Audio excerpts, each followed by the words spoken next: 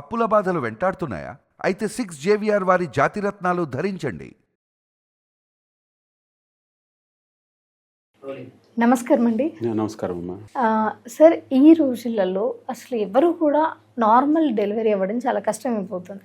But ఒకప్పుడు మన అమ్మ కాలంలో వీళ్ళు చూసుకున్నట్లయితే ప్రతి ఒక్కరు కూడా నార్మల్ డెలివరీనే అయిపోయేవాళ్ళు. ఇప్పుడు కష్టపడుతున్నారు అది అవ్వడానికి. అందరూ కూడా ఆపరేషన్స్కి వెళ్ళిపోతున్నారు. అసలు ఈ నార్మల్ డెలివరీ అవ్వడానికి ప్రెగ్నెంట్ ఉమెన్స్ ఏం చేయాలి, ఎలాంటి ఫుడ్ తినాలి, అలాగే ఇంకా దీనికి ఏమైనా మంచి సూత్రాలు ఉంటే చెప్పండి. తప్పకుండా అమ్మా. ఇప్పుడు నార్మల్ డెలివరీ అనేది ఇప్పటికి కూడా ప్రయత్నం చేస్తే 90%, 95% వరకు నార్మల్ డెలివరీస్ అవుతాయి. కానీ నొప్పులు పడటానికి ఇష్టం లేక, రిస్క్ ఉంటుందేమోనని భయపడి చేసుకుంటున్నారు చాలామంది. అంటే తల్లులే ప్రెగ్నెంట్ లేడీస్ వాళ్ళ ఫ్యామిలీ మెంబర్స్ అడుగుతారనమాట.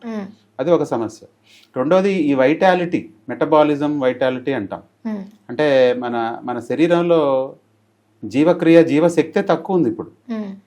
దాన్నే మన ఆధ్యాత్మికంగా కలికాలంలో రోగాలు, ఆయుష్ తగ్గిపోతాయి, రోగాలు ఎక్కువైపోతాయి, అది రకరకాలుగా వర్ణించారు. అది అసలు కారణం అనమాట. జీవశక్తి, జీవక్రియ అనేది, మెటబాలిజం అనేది కరెక్ట్గా లేదు, తగ్గిపోయింది. సో దాన్ని కరెక్ట్ చేసుకుంటే అన్ని సమస్యలు పరిష్కారం అవుతాయి. అంటే ముఖ్యంగా ప్రెగ్నెంట్ ఉమెన్స్ అదే ఇప్పుడు వెనకట్లాగా ఇప్పుడు గుడ్డిగా పిల్లల్ని కనేసే కాలం కాదు ఇది. పెళ్ళైతే ఆటోమేటిక్గా పిల్లలు పుట్టేస్తారు, అట్లా లేదనమాట. డీటాక్స్ చేసుకుని మంచి ఆహారం తింటూ టెన్షన్స్ ఫ్రీ లైఫ్.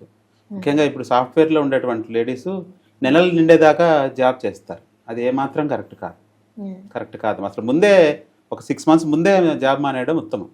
లేకపోతే స్పెషల్ నీడ్స్ పుడుతున్నారు. ఆటిజం, నేను వందలు వేల మంది పిల్లల్ని, ఆటిజం, మెంటల్ రిటార్డేషన్ ఉన్న పిల్లల్ని డెవలప్ చేశాను. హైదరాబాద్ అంటే కూడా, బెంగళూరు, హైదరాబాద్ రెండిట్లోనూ, చాలా ప్రాంతాల్లో.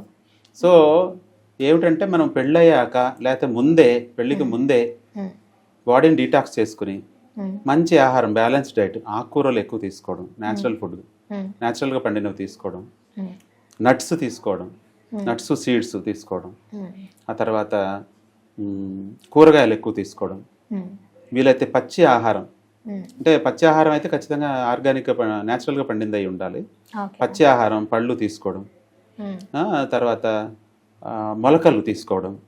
మొలకలు తినడానికి కొంచెం గ్యాస్ తయారవుతుంది కడుపులో, అందుకని దాన్ని లైట్గా స్టీమ్ బాయిల్ చేసుకుని తినొచ్చు అనమాట. సో మొత్తానికి కార్బోహైడ్రేట్స్ ప్రతి ఒక్కరూ తగ్గించాలి. ఫిజికల్గా వర్క్ ఉన్న వాళ్ళు కార్బోహైడ్రేట్స్ ఎక్కువ తీసుకోవచ్చు. ఫిజికల్గా వర్క్ చేయకుండా మనం వైట్ కాలర్ జాబ్ చేస్తూ ఏసీలో ఉన్నప్పుడు కార్బోహైడ్రేట్స్ తక్కువ తీసుకోవాలి. బట్ ఉమెన్స్, ప్రెగ్నెంట్ ఉమెన్స్ చాలా ఫుడ్ తినడానికి క్రేవింగ్స్ ఎక్కువ ఉంటాయమ్మా. నేను ఏమంటున్నానంటే ముందే మనం ప్లాన్ చేసుకోవాలి. ఒక 6 months ముందే, కన్సీవ్ కావడానికి 6 months ముందు నుంచే మనం డీటాక్స్ చేసుకుని మంచి ఆహారం తీసుకుని, ముఖ్యంగా అంటే అండాశయాలు, శుక్రకణాలు, వీర్యకణాలు, వీటిని శుద్ధి చేసే ప్రక్రియలు కూడా ఆయుర్వేదంలో, సిద్ధ వైద్యంలో ఉన్నాయి.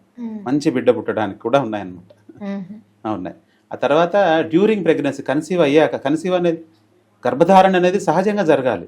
చాలామంది సరైన వయసులో పెళ్లి చేసుకోవట్లేదు, పెళ్లి లేట్గా చేసుకుంటున్నారు. తర్వాత మళ్ళీ ఫ్యామిలీ ప్లానింగ్ అంటారు, లేట్ అయిపోయి పిల్లలు పుట్టడం కూడా కష్టం అయిపోయింది. మనిషికే ఈ సమస్యలు ఉన్నాయి, మిగతా జీవులకు లేవు.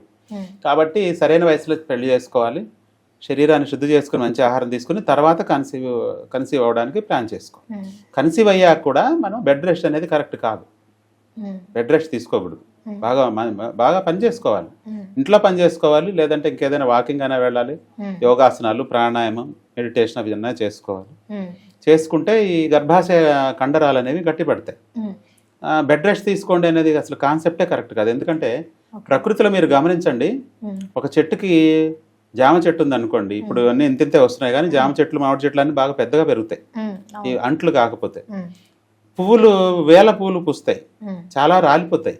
పిందెలు కొన్ని అవుతాయి, కొన్ని పిందెలు నిలుస్తాయి, కొన్ని పిందెలు రాలిపోతాయి. కాబట్టి అది సహజం అనమాట. కాబట్టి ఆ ప్రకృతి ధర్మానికి విరుద్ధంగా మనం బెడ్ రెస్ట్ తీసుకోవడం, మళ్ళీ అబార్షన్ కాకుండా మళ్ళీ మందులు వాడటం, ఇవన్నీ ఆ బిడ్డ మీద ప్రభావం చూపుతాయి. ముందే శరీరాన్ని గట్టిగా తయారు చేసుకుని తర్వాత కన్సీవ్ అవ్వడానికి ప్లాన్ చేసుకోవాలి. ఆ తర్వాత నిజానికి నిన్న మొన్నటి వరకు మన పల్లెల్లో దాదీలని ఉండేవాళ్ళు, మంత్రసానులు అంటారు. ఆ మంత్రసానులు ఎంత రిస్క్ ఉన్నటువంటి డెలివరీ అయినా కూడా చాలా ఈజీగా చేసేవాళ్ళు. బిడ్డ అడ్డం తిరిగిపోతుంది. తల డెలివరీ టైంకి తల రావాలి, ముందు తల కిందికి రావాలి, తల బయటికి రావాలి కదా. కొందరికి కాళ్ళు బయటకు వస్తాయి, అంటే బిడ్డ నొప్పులు వస్తాయి కానీ తల కిందికి రాదనమాట. తల కిందికి రాకుండా కాళ్ళు కిందికి ఉంటాయి. దానిని కూడా అట్లాంటి బిడ్డ అడ్డం తిరిగిపోయింది, ఆ తర్వాత మెడకి పేగు చుట్టుకుని పుట్టడం, ఇట్లాంటి రిస్కీ కేసెస్లో కూడా అప్పట్లో ఉండేటువంటి మంత్రసానులు ఈ డెలివరీ టైంలో ముందు, డెలివరీకి ముందు నొప్పులు స్టార్ట్ అయినప్పుడు బిడ్డ పొజిషన్ చూసుకొని ఈ రెండు చేతులతో మసాజ్ చేస్తూ బిడ్డను తిప్పి నార్మల్ డెలివరీ చేసేవాళ్ళు. తర్వాత డెలివరీ టైంలో ఆడవాళ్ళు ఈ కంటున్నటువంటి బిడ్డను కంటున్నటువంటి స్త్రీమూర్తులు ఇలా స్లాంటింగ్ పొజిషన్లో ఉండాలి. ఇలా కూర్చొని మనం ఇప్పుడు చైర్లో కూర్చున్నప్పుడు కూడా కాదు, వాళ్ళు చైర్ అనుకోండి, ఇలాగా ఈ స్లాంటింగ్ పొజిషన్లో ఉండాలి. అది సహజం అనమాట బిడ్డ న్యాచురల్గా బయటికి రావడానికి. అంటే పూర్తిగా పడుకోకూడదు. డాక్టర్ల కన్వీనియన్స్ కోసం వాళ్ళు బెడ్ మీద పడుకోబెడుతున్నారు. ఇది నేరం, ఘోరం, మహాపాపం. డాక్టర్లకు ఊరికే పోదు ఈ పాపం, డాక్టర్లకు తగులుతుంది, చుట్టుకుంటుంది కర్మ. కానీ చాలా మంది ఎక్సర్సైజ్ చేస్తూ ఉంటారు. ఎక్సర్సైజ్లు కూడా ఉన్నాయి. నేనేమంటానంటే ఇంట్లో పని చేసుకుంటే, ఇంట్లో ఇల్లు ఊడవడం, గిన్నెలు కడుక్కోవడం, వంట చేసుకోవడం, ఇవన్నీ కింద కూర్చొని చేసుకోవాలి. కత్తిపీటతో కూరగాయలు తరగడం, మాబింగ్ చేసుకోవడం, బట్టలు ఉతుక్కోవడం అన్నీ శుభ్రంగా చేసుకుంటే పెద్దగా ఎక్సర్సైజెస్ అవసరం ఉండదు. లేదంటే యోగాలో ఉన్నాయి, పెల్విక్ ఎక్సర్సైజెస్ అని, నార్మల్ డెలివరీ కావడానికి సింపుల్ ఎక్సర్సైజెస్ ఉన్నాయి, అవి కూడా చేసుకోవచ్చు, ఇబ్బంది ఏం లేదు. ఓవరాల్గా ప్రకృతికి విరుద్ధంగా ప్రవర్తించకూడదు అంటున్నా. సో ముఖ్యంగా డెలివరీ టైంలో ఈ స్లాంటింగ్ ఇలా స్లోప్ల పొజిషన్లో ఉండాలి, ఈ పొజిషన్లో ఉండాలి. పడుకోబెడితే ఏమవుతుందంటే అది బిడ్డకి బయటకు రావడానికి, అంతే కదమ్మా. ఇప్పుడు చెట్టు నుండి పండు రాలి కింద పడాలి, అర్థమైంది. ఈ డైరెక్షన్ లో ఫోర్స్ పనిచేస్తుంది, అంతే కదా. అక్కడ రావడానికి కూడా ఆ డైరెక్షన్, ఈ డైరెక్షన్ పనిచేస్తుంది. ఇది పూర్తిగా పడుకోవడం కాదు. ఆ తర్వాత మీ యూట్యూబ్ ఛానల్ ముఖంగా అందరికీ తెలియజేసేది ఏంటంటే, బిడ్డ పుట్టాక వెంటనే బొడ్డు పేగు కోయకూడదు. అంబిలికల్ కార్డ్ అంటాం కదా, బొడ్డు పేగు ఉంటుంది, దాన్ని 1 hour వరకు కట్ చేయకుండా ఉండాలి. అప్పుడు స్టెమ్ సెల్స్ అన్ని బిడ్డకి బాగా అందుతాయి. అందరూ చేసుకోవాలి. తర్వాత బిడ్డని వెంటనే స్నానం చేయించకూడదు, ఒక 4 రోజులు 1 week తర్వాత స్నానం చేయించాలి. ఎందుకంటే నార్మల్ డెలివరీ అయినప్పుడు ఆ మంచి బ్యాక్టీరియా అంతా కూడా తల్లి గర్భాశయం నుంచి బిడ్డకు అందుతుంది అనమాట. పైన మురికిలాగా శరీరం అంతా రక్తము ఈ రకరకాలుగా తెల్లగా ఒక పౌడర్ లాగా పట్టేసి ఉంటుంది, దాన్ని క్లీన్ చేయకూడదు. చేయకోకుండా ఉంటేనే బిడ్డ చాలా ఇమ్యూనిటీ, చాలా బలంగా ఉంటాడు అన్నమాట.